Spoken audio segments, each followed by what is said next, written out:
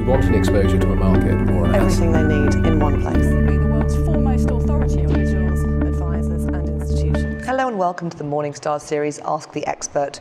I'm Emma Wall, and here with me today is Morningstar passive fund analyst Caroline Gutman. Hi Caroline. Hi Emma. So we're here today to talk about emerging markets. It used to be that you could put your money in the four major emerging market economies of Brazil, Russia, India and China, the BRIC nations, and get a pretty nice return over the course of a year, 2 years, 3 years, 4 years, equally from those growing economies and indeed the wider emerging markets. But that's no longer the case, is it? No, and in fact, we've seen over the last few years a real divergence between the individual economies. Whereas 15 years ago, the BRIC really made more sense. But more recently, for example, Russia's economy last year, we saw the equity market fall by about 40% versus, some real growth in India, almost to 40% as well. So that's a real disparity between the countries within the BRIC. And if you're looking at passive funds, in order to get exposure to those economies, it used to be, as you say, 15 years ago, you could have bought a passive fund that perhaps tracked the MSCI Emerging Market Index. But with these emerging markets increasingly becoming diverging markets, how would you play that passively?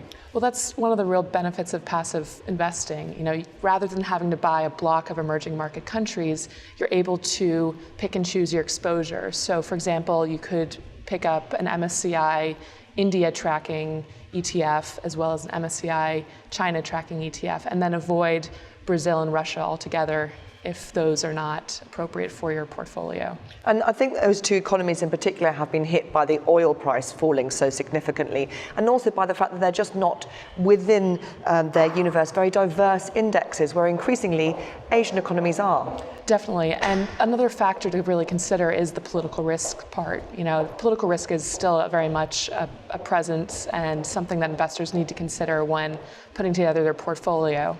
And even though you might be reducing your exposure to some of these more problematic countries, that doesn't mean that you shouldn't continue to have a very diverse portfolio, because with single country exposure, there are greater risks, aren't there? There definitely are greater risks, and of course you have to take a close look at the volatility and the underlying index, what the index actually consists of. So it's still important to be discerning, but you can pick and choose what your portfolio actually consists of. And are there any ETFs in particular you'd like to highlight today? Well, I would say, if you're considering emerging market exposure, I personally, with the BRIC, I tend to steer clear of the B and the R and focus on the I and the C. So an MSCI China tracking ETF or an MSCI India tracking ETF, both would be great options. Caroline, thank you very much. Thank you. This is Emma Wall for Morningstar. Thank you for watching.